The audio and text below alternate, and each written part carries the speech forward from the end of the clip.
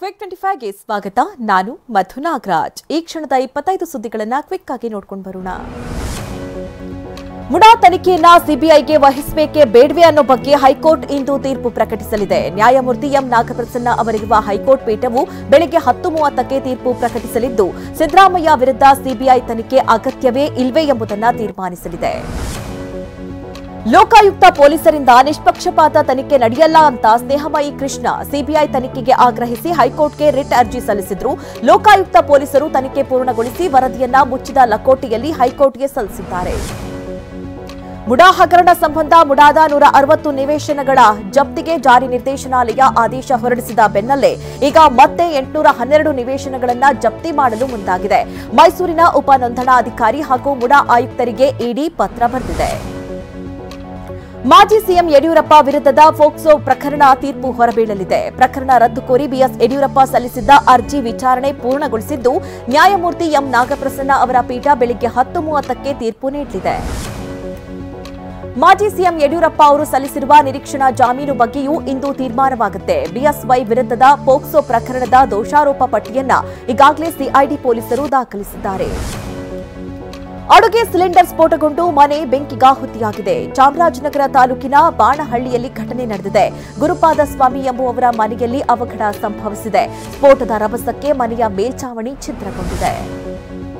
ಕೊಡವ ಸಂಸ್ಕೃತಿ ಉಳಿಸುವ ನಿಟ್ಟಿನಲ್ಲಿ ಕೊಡಗಿನಲ್ಲಿ ಕೊಡವಾಮೆ ಬಾಳೋ ಪಾದಯಾತ್ರೆ ನಡೀತಾ ಇದೆ. ಇಂದು 30,000 ಜನರು ಸೇರುವ ನಿರೀಕ್ಷೆ ಇದೆ. ಹೀಗಾಗಿ ಬೆಳಿಗ್ಗೆ 6 ಗಂಟೆಯಿಂದ ಮಧ್ಯರಾತ್ರಿ 12 ಗಂಟೆಯ ತನಕ ಮಡಿಕೇರಿ ನಗರದಲ್ಲಿ ಮದ್ಯ ಮಾರಾಟಕ್ಕೆ ನಿಷೇಧ ಹೇರಲಾಗಿದೆ. ಎನ್ಪಿಎಸ್ ಕೈಬಿಟ್ಟು ಒಪಿಎಸ್ ಮರುಜಾರಿಗೆ ಆಗ್ರಹಿಸಿ ಫ್ರೀಡಂ ಪಾರ್ಕ್ನಲ್ಲಿ ಇಂದು ಸರ್ಕಾರಿ ನೌಕರರ ಉಪವಾಸ ಸತ್ಯಾಗ್ರಹ ನಡೆಸಲಿದ್ದಾರೆ. 2,83,000 ನೌಕರರು, ನಿಗಮ ಮತ್ತು ಅರೆ ಸರ್ಕಾರಿ ನೌಕರರಿದ್ದು ಹಳೆ ಪಿಂಚಣಿ ಯೋಜನೆಗೆ ಬೇಡಿಕೆ ಇಟ್ಟಿದ್ದಾರೆ. ಕೇಂದ್ರ ಸಚಿವ ಪಿಯೂಷ್ ಗೋಯಲ್ರನ್ನ ಸಂಸದ ಯದುವೀರ್ ಒಡೆಯರ್ ಭೇಟಿಯಾಗಿದ್ದಾರೆ. ಪರವಾನಗಿ ಇಲ್ಲದೆ ತಂಬಾಕು ಕೃಷಿ ಮಾಡ್ತಾ ಇದ್ದವರಿಗೆ ವಿಧಿಸಿದ ದಂಡವನ್ನ ಹಿಂಪಡೆಯುವಂತೆ ಮನವಿ ಮಾಡಿದ್ದಾರೆ.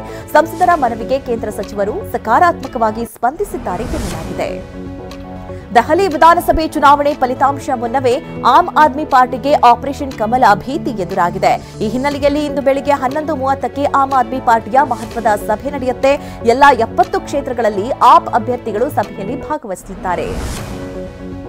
ಅಮೆರಿಕದಿಂದ ಭಾರತೀಯ ಅಕ್ರಮ ವಲಸಿಗರನ್ನ ಅಮಾನವೀಯವಾಗಿ ಗಡೀಪಾರು ಮಾಡಿರುವ ವರ್ತನೆ ಖಂಡಿಸಿ ಕಾಂಗ್ರೆಸ್ ಸಿಡಿದೆದ್ದಿದೆ. ಇವತ್ತು ಕೂಡ ದೇಶದಾದ್ಯಂತ ಕೈಗೆ ಕೋಳ ತೊಟ್ಟು ಕಾಂಗ್ರೆಸ್ ಮುಖಂಡರು, ಕೈ ಕಾರ್ಯಕರ್ತರು ಪ್ರತಿಭಟನೆ ನಡೆಸಲು ಸಜ್ಜಾಗಿದ್ದಾರೆ. ಸಾಮೂಹಿಕ ವಲಸೆ ಬಯಸುವ ಜನರು ಬಲಿಪಶುಗಳಾಗ್ತಾರೆ ಅಂತ ಅಮೆರಿಕ ವಿದೇಶಾಂಗ ಇಲಾಖೆ ಟ್ವೀಟ್ ಮಾಡಿದೆ. ಅಕ್ರಮ ಸಾಮೂಹಿಕ ವಲಸೆಯಿಂದ ಯಾರಿಗೂ ಒಳ್ಳೆಯದಲ್ಲ, ಸಾಮೂಹಿಕ ವಲಸೆಯಿಂದ ಕಳ್ಳ ಸಾಗಣೆದಾರರಿಗೆ ಮಾತ್ರ ಲಾಭ ಅಂತ ಟ್ವೀಟ್ ಮಾಡಿದೆ. ದೇಶದ ಮಾರುಕಟ್ಟೆಯಲ್ಲಿ ಚಿನ್ನದ ದರ ಏರಿಕೆಯ ಓಟ ಮುಂದುವರೆದಿದೆ. 270 ರೂಪಾಯಿ ಏರಿಕೆಯಾಗಿ 10 ಗ್ರಾಂ ಚಿನ್ನದ ಬೆಲೆ 86,070 ರೂಪಾಯಿಗೆ ತಲುಪಿದೆ. ಇದು ದೇಶದಲ್ಲಿ ಈವರೆಗಿನ ಚಿನ್ನದ ಸಾರ್ವಕಾಲಿಕ ಗರಿಷ್ಠ ಬೆಲೆ ಆಗಿದೆ. ಸ್ಯಾಂಡಲ್ವುಡ್ನಲ್ಲಿ 2 ಕುಟುಂಬಗಳ ಮದುವೆ ಸಂಭ್ರಮ ಮನೆ ಮಾಡಿದೆ. ಒಂದ್ ಕಡೆ ಹಿರಿಯ ನಟಿ ಜಯಮಾಲಾ ಪುತ್ರಿ ಸೌಂದರ್ಯ, ಮತ್ತೊಂದು ಕಡೆ ನಟಿ ರಕ್ಷಿತಾ ಸಹೋದರ ರಾಣಾ ಮದುವೆ ಸಮಾರಂಭ ನಡೀತಾ ಇದೆ. ಬೆಂಗಳೂರಿನ ಅರಮನೆ ಮೈದಾನದಲ್ಲಿ ಮದುವೆ ಕಾರ್ಯಕ್ರಮ ಆಯೋಜಿಸಲಾಗಿದೆ. ಬಾಲಿವುಡ್ ನಟ ಸೋನು ಸೂದ್ ವಿರುದ್ಧ ಜಾಮೀನು ರಹಿತ ವಾರೆಂಟ್ ಜಾರಿ ಮಾಡಲಾಗಿದೆ. 10 ಲಕ್ಷ ರೂಪಾಯಿ ವಂಚನೆ ಪ್ರಕರಣದಲ್ಲಿ ಪಂಜಾಬ್ನ ಲುಧಿಯಾನ್ ಮ್ಯಾಜಿಸ್ಟ್ರೇಟ್ ಕೋರ್ಟ್ ಸೋನು ಸೂದ್ಗೆ ಜಾಮೀನು ರಹಿತ ವಾರೆಂಟ್ ಜಾರಿ ಮಾಡಿದೆ.